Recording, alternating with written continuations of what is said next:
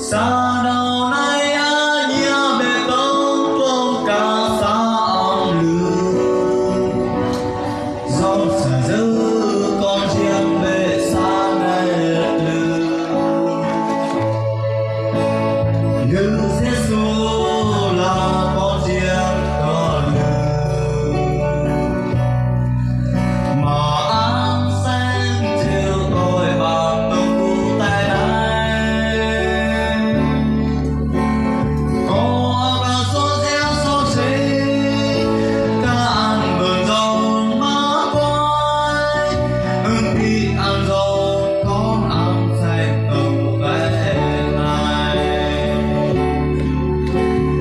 em mà luôn theo số xây ăn có thai cơn xa mưa cao cờ bên kia nơi này là ra mưa riêng Giêsu ăn cả có ê chuối mà quay ăn lại cả đào gốc xa ăn ra mưa có hôm nay này là ra mưa riêng Giêsu ăn cả có ê chuối mà quay ăn lại cả đào gốc xa ăn ra mưa có hôm nay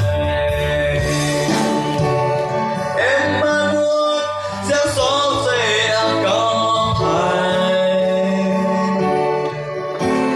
cơn ra mưa cao cờ bên kia lư